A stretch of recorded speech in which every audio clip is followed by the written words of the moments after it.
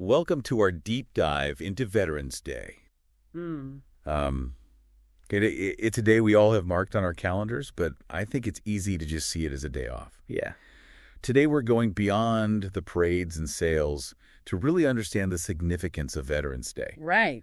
We've got some fascinating excerpts from an article titled Veterans Day, Honoring Those Who Served. Okay. And I think you'll be surprised by some of the things we uncover. I think you're right. There's a lot more to this day than meets the eye. It's a chance to delve into its rich history and really grasp why it holds such a profound meaning for so many. Exactly. For instance, did you know that Veterans Day wasn't always called Veterans Day? Mm. There's actually a whole evolution behind the name. Oh, wow. And it speaks volumes about how we as a nation view and honor those who have served. It's a fascinating journey, and it all begins with World War I. The armistice that ended the war went into effect on the 11th hour of the 11th day of the 11th month in 1918. Wow.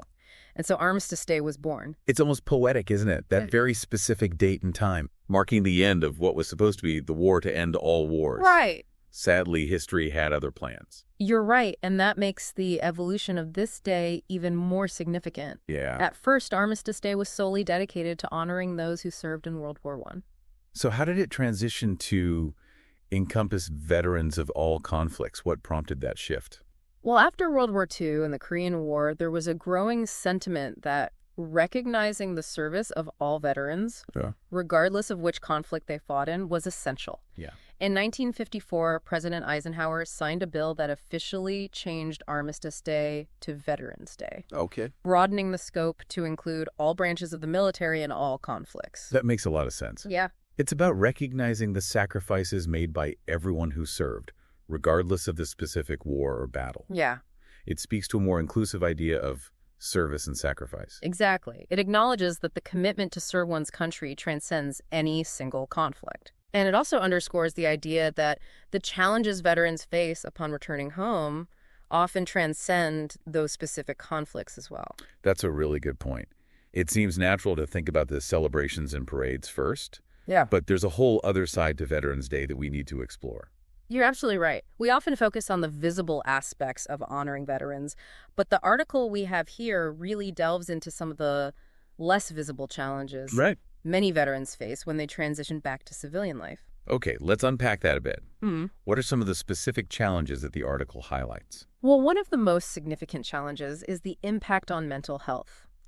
The article cites a study that found that nearly 1 in 3 veterans experience some form of mental health issue after returning from service. 1 in 3. Yeah. That's a staggering statistic. Yeah.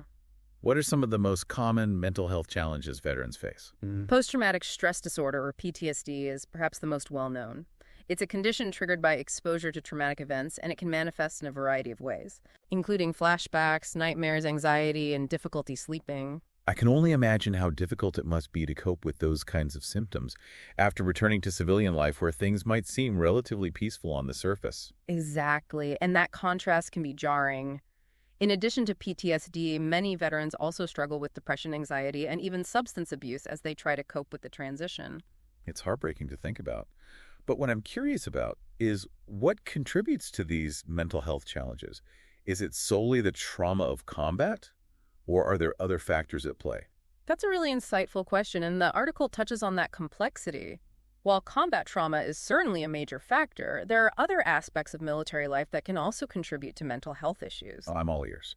What else might be at play here? Well, think about the intense structure and discipline of military life. Soldiers are constantly operating in high-pressure environments with strict hierarchies and a clear sense of purpose. Right. Then they return to civilian life, where things are often much more fluid and less structured. That adjustment can be incredibly difficult for some veterans. I hadn't really thought about it that way, but it makes perfect sense. It's almost like going from one world to another with very different rules and expectations. Precisely. And on top of that, many veterans also face challenges finding meaningful employment after their service. The skills they've honed in the military don't always translate directly to civilian jobs, and some employers may not fully understand or appreciate the value of their experience. That's a real shame. You'd think those skills, leadership, discipline, teamwork, would be highly sought after in any workplace. But the article also mentioned challenges with reintegrating into family life, right? Yes, that's another crucial aspect. Yeah. Being deployed for months or even years at a time can put a strain on relationships. Veterans may have missed out on key family milestones, and their loved ones may have difficulty understanding what they've been through. So it's not just about finding a job or dealing with the psychological impact. It's also about rebuilding and strengthening those personal connections. You've hit the nail on the head. Reintegration is a multifaceted process, and it's important to acknowledge all those layers. It sounds like the transition back to civilian life can be incredibly challenging on so many levels. Yeah. But I'm also curious about what kinds of support systems are in place to help veterans navigate these challenges. The article mentioned the VA, for instance. Yeah. What exactly does the VA offer? The Department of Veterans Affairs, or the VA, plays a crucial role in providing support to veterans. Right. They offer a wide range of services from healthcare and mental health counseling to job training and educational benefits. So those are a pretty comprehensive resource for veterans. Yeah. What about mental health specifically? What kinds of services does the VA provide in that area? The VA has been expanding its mental health services in recent years, recognizing the growing need. They offer individual and group therapy, medication management, and specialized programs for conditions like PTSD and substance abuse. That's encouraging to hear. But is there anything else beyond the VA? I imagine navigating a large government organization can be daunting, especially when you're already dealing with so much. You're right, and that's where nonprofit organizations often step in. Groups like the Wounded Warrior Project and Disabled American Veterans provide a more personalized approach, offering peer support, financial assistance, and even recreational activities designed to foster camaraderie and healing. It sounds like there's a whole network of support out there, which is fantastic. But it also makes me wonder, what can everyday citizens like myself do to support veterans in our communities? Is it enough to just say thank you on Veterans Day? While expressing gratitude is important, it's just the first step. True support goes beyond words. It's about taking action. Volunteering your time at a local veterans organization, donating to charities that support veterans, even just striking up a conversation with a veteran in your neighborhood. These are all tangible ways to make a difference. I love that idea of just starting a conversation. Sometimes simply listening can be the most powerful form of support. It shows that you care and that you're willing to learn from their experiences. Exactly. Veterans have so much to offer, not just in terms of their service to our country, but also in terms of their unique perspectives and resilience. Yeah. By engaging with veterans in our communities, we can learn from them, support them, and create a more welcoming and inclusive society. Now, while we're on the topic of honoring the military, I have a confession to make. I sometimes get Veterans Day and Memorial Day confused. It feels like they both revolve around recognizing the sacrifices of the military. So what exactly is the difference? That's a common question, and it's an important distinction to make. Yeah. While both holidays honor those who have served, Memorial Day specifically remembers those who died in service to our country. It's a day of solemn reflection, marked by visits to cemeteries and memorials. So it's more about honoring the memory of those who are no longer with us, who gave their lives for our freedom. Exactly. Veterans Day, on the other hand, is about celebrating the service of all veterans, both living and deceased. It's a day to express gratitude for their sacrifices and to acknowledge the impact they've had on our lives. Okay, that clarifies things a bit. So Memorial Day is focused on remembrance, while Veterans Day is about celebration and gratitude for all who have served. That's a great way to put it. And as we wrap up our deep dive into Veterans Day, I think it's important to emphasize that this day is just one small piece of the puzzle. What do you mean by that?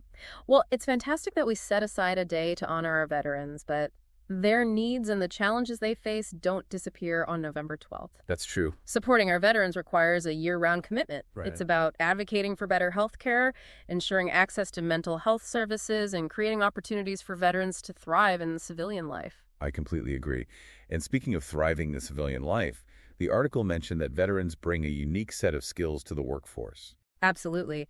Their experiences in the military instill in them qualities like leadership discipline, teamwork, and problem-solving abilities that are invaluable in any profession. It makes you wonder, though, are there any unexpected places or professions where these skills might be particularly valuable, like areas we might not typically associate with military experience? That's an interesting question to ponder. I think we often have preconceived notions about where veterans might excel, but their adaptability and resilience could make them incredibly successful in a wide range of fields. Absolutely. So to our listeners out there, I encourage you to think about that. What unexpected places or professions could benefit from the unique skills and perspectives of our veterans? Maybe it's in education, healthcare technology, the arts, who knows? The possibilities are endless. And remember, Veterans Day is a great time to reflect on the sacrifices of those who have served. But it's also a call to action. Let's make sure our support for veterans extends far beyond just one day a year. Whether it's through volunteering, donating, or simply showing your appreciation, let's make a commitment to honor and support our veterans every single day. I couldn't have said it better myself. Thanks for joining me for this deep dive into Veterans Day. It's been an enlightening conversation. And to all our veterans out there, thank you for your service. Well, it's fantastic that we set aside a day to honor our veterans. But their needs and the challenges they face don't disappear on November 12th. That's true. Supporting our veterans requires a year-round commitment. Right. It's about advocating for better health care, ensuring access to mental health services, and creating opportunities for veterans to thrive in civilian life. I completely agree. And speaking of thriving in civilian life, the article mentioned that veterans bring a unique set of skills to the workforce. Absolutely. Their experiences in the military instill in them qualities like leadership discipline, teamwork, and problem-solving abilities that are invaluable in any profession. It makes you wonder, though, are there any unexpected places or professions where these skills might be particularly valuable? Like areas we might not typically associate with military experience? That's an interesting question to ponder. I think we often have preconceived notions about where veterans might excel, but their adaptability and resilience could make them incredibly successful in a wide range of fields. Absolutely. So to our listeners out there, I encourage you to think about that. What unexpected places or professions could benefit from the unique skills and perspectives of our veterans? Maybe it's in education, healthcare technology, the arts. Who knows? The possibilities are endless. And remember, Veterans Day is a great time to reflect on the sacrifices of those who have served, but it's also a call to action. Let's make sure our support for veterans extends far beyond just one day a year. Whether it's through volunteering, donating, or simply showing your appreciation, let's make a commitment to honor and support our veterans every single day. I couldn't have said it better myself.